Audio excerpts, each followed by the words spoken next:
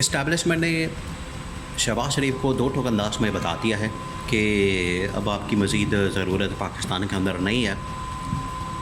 पाकिस्तान जो इस वक्त तबाही और बर्बादी के ऊपर पहुंच चुका है, बिल्कुल पाकिस्तान एंड पर आ गया। यहाँ से वापसी का रास्ता कोई नहीं।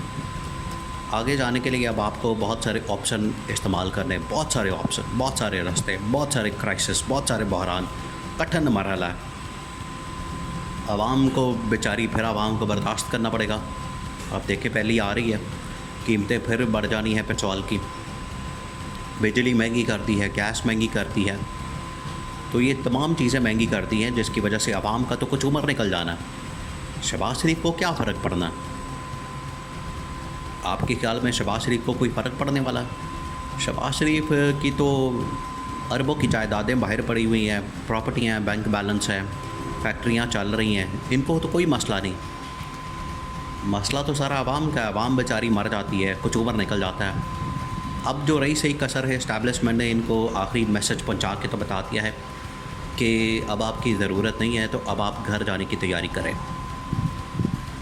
जो फाइनल असेसमेंट है इंटेलिजेंस की, कोर कमांडर्स की, टॉप मिलिट्री कमांड की, जिसके अंदर अहम तरीन कोर कमांडर शामिल होते हैं, उन्होंने जो फाइनल असेसमेंट की है उसके अंदर उन्होंने मौजूदा जो सेटअप है उसके बारे में कहा है कि ये मौजूदा सेटअप नहीं चल सकता। देखिए, जब ये पाकिस्तान के अंदर चाइना ने दौरा किया, चाइना ने आके पाकिस्तान की सियासी, मौसी और सिक्योरिटी की सूरत हाल पर तबादला ख्याल किया, तो उमर अयूब खान जो इस वक्त अपोजिशन के लीडर हैं और इमरान खान के खिलाड़ी हैं, अब इमरान खान के खिलाड़ी सब जानते हैं कि किस तरह के मामलात चल रहे हैं, उनको पता है। इसलिए उमर अयूब खान ने सबसे पहले जो डिमांड की थी, उन्होंने कहा था कि कोर कमांडर्स कॉन्फ्रेंस बुलाई जाए। बल्कि कोर कमांडर्स कॉन्फ्रेंस से जो बड़ी होती है वो फॉर्मेशन कमांडर्स कॉन्फ्रेंस, उसके अंदर ज़्यादा फॉर्मेशंस के लोग भी शामिल होते हैं। कोर कमांडर्स जो है वो तकरीबन कोई 20-25 टॉप के जनरलों पर मुश्तमिल जो कोर को कमांड करते हैं, एक तो वो होते हैं, दूसरा जो टॉप के डीजी लेवल के लोग होते हैं वो आते हैं। तो कोर कमांडर्स कॉन्फ्रेंस या फॉर्मेशन कमांडर्स कॉन्फ्रेंस बुलाई जाए ताकि उसके अंदर ये जो चाइना ने कहा है, देखिए चाइना ने बहुत बड़ी बात कर दी थी। आज तक नहीं हुआ पाकिस्तान की तारीख में कि किसी मुल्क ने आके पाकिस्तान के अंदर बैठकर प्रेस कॉन्फ्रेंस करके पाकिस्तान के मामलात के ऊपर बात की हो। आते हैं लोग पाकिस्तान में, डिप्लोमेटिक बात करते हैं, डिप्लोमेसी की बात करते हैं, ट्रेड की, एग्रीमेंट्स की, दो तरफ़ा तिजारत की, ताल्लुक़ात की, मामलात की। लेकिन ये नहीं होता कि आके तो पाकिस्तान के अंदरूनी मामलात, सियासी स्टेबिलिटी, मुआशी स्टेबिलिटी और सिक्योरिटी की स्टेबिलिटी पर बात करें।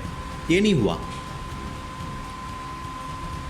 और अब पाकिस्तान भी जाके नहीं करता। अब केनिया के अंदर हालात ख़राब हैं या किसी भी मुल्क के अंदर हालात ख़राब होते हैं तो क्या पाकिस्तान जाके वहाँ पर बातें करता है? अभी पिछले दिनों जब इधर कज़ाकिस्तान वगैरह के अंदर हालात ख़राब हुए थे, पाकिस्तानी स्टूडेंट्स भी फंस गए थे, तो क्या पाकिस्तान उधर जाके बोल के आया था?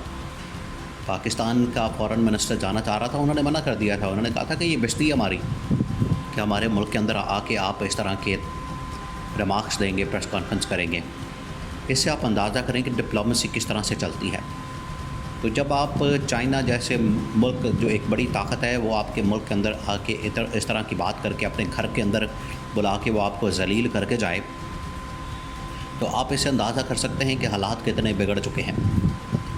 इस्टेब्लिशमेंट तो उसके ऊपर सीखा होगी, इस्टेब्लिशमेंट को तो बड़ा गुस्सा आया, इस्टेब्लिशमेंट तो उसके ऊपर तप गई कि ये का तमाशा लगाया हुआ है तुम लोगों ने, मुल्क तबाह कर दिया, बर्बाद कर दिया, मुल्क का बेड़ा गर्क कर दिया है, तहस नहस कर दिया है, मुल्क को ज़मीन बोझ कर दिया है, मईशत तबाह बर्बाद कर दी है, और अब तुम लोग मज़ीद NRO मांगने की बातें करते हो। तो शहबाज शरीफ को फिर डंडा दिया है। अब शहबाज शरीफ की जो दौड़ें लगी हैं वो उसके बाद ही लगी हैं। ये जो चाइना ने आके बातें की हैं उसके बाद तो पूरा मुल्क, इस्टेब्लिशमेंट सब हिल गए। ऐसे ही तो नहीं पाकिस्तान के अंदर ऑपरेशन की बात हो रही, फ़लाना ऑपरेशन करना है तो टिंगड़ा ऑपरेशन करना है। अब खैर डिफेंस मिनिस्टर ख्वाजा आसिफ ने यू टर्न लिया है, शहबाज शरीफ ने यू टर्न लिया। उन्होंने कहा है कि नहीं नहीं, वो हम तो इंटेलिजेंस बेस्ड ऑपरेशन की बात कर रहे हैं, हमको मिलिट्री ऑपरेशन की बात थोड़ी कर रहे हैं। हम तो एक वो वाले ऑपरेशन तो पिछले 25 साल से हो रहे हैं, ऑपरेशन तो रुका ही नहीं। 9/11 के बाद तो पाकिस्तान के अंदर जंग छिड़ी हुई है, वो तो चल रही है, आज भी हो रही है। अगर कोई हमला करता है उसका मुकाबला किया जाता है।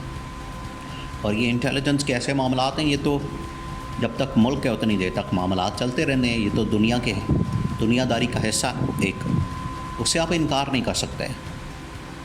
तो ये जो अब चाइना ने आके बातें की, उसकी वजह से इमरान खान ने देखें आखिरी दिनों में अपने दौरे हुकूमत में बता दिया था कि आपके अपने भी आपके साथ छोड़ जाएंगे, आपका साथ छोड़ जाएंगे, साथ नहीं खड़े होंगे। उनको पता लग जाएगा कि पाकिस्तान के हालात क्या हो गए हैं, बिगड़ गए हैं इतने ज़्यादा, अब इनके पास ऑप्शन कोई नहीं बचा।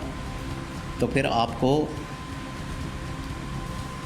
फिर कोई रास्ता नहीं मिलेगा, आप फिर मुंह छुपाते फिरेंगे, लोग आपसे भागेंगे, मुल्क आपसे भागेंगे, जान छुड़ाएंगे आपसे। और यही हो रहा है आज। कोई भी मुल्क इनके ऊपर ट्रस्ट करने को तैयार नहीं, इनके साथ चलने को तैयार नहीं, इनके साथ मामलात तय करने को तैयार नहीं है। ये हालात हो चुके हैं। तो अब शहबाज शरीफ को बड़ी अहम तरीन मुलाकात हुई है इस्लामाबाद के अंदर।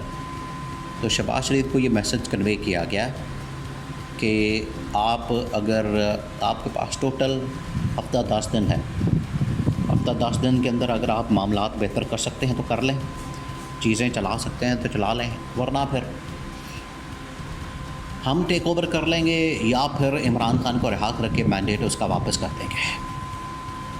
और हमारे पास कोई ऑप्शन नहीं बचता।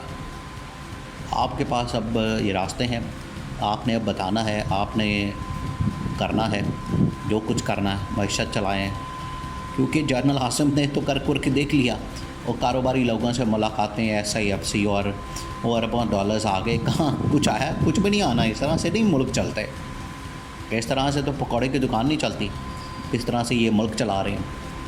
तो आपको मुल्क के अंदर जमहूरियत अगर आपने बनाई हुई है तो जमहूरियत ख़त्म कर दें, डिक्टेटरशिप कायम कर दें, फिर कोई नहीं बात करेगा, कोई नहीं बोलेगा। लेकिन अगर जमहूरियत है तो जमहूरियत के अंदर मैंडेट को तस्लीम करना पड़ेगा। आज़ादी इज़हार राय, लोगों को बोलने की आज़ादी, पाबंदियाँ ख़त्म करनी पड़ेगी। अगर ये नहीं करेंगे तो मुल्क जिस तरफ जा रहा है तेज़ी के साथ, बहुत तेज़ी के साथ, फिर तबाही और बर्बादी से कोई नहीं रोक सकता। आखिरी वार्निंग रईस कसर जनरल आसिम ने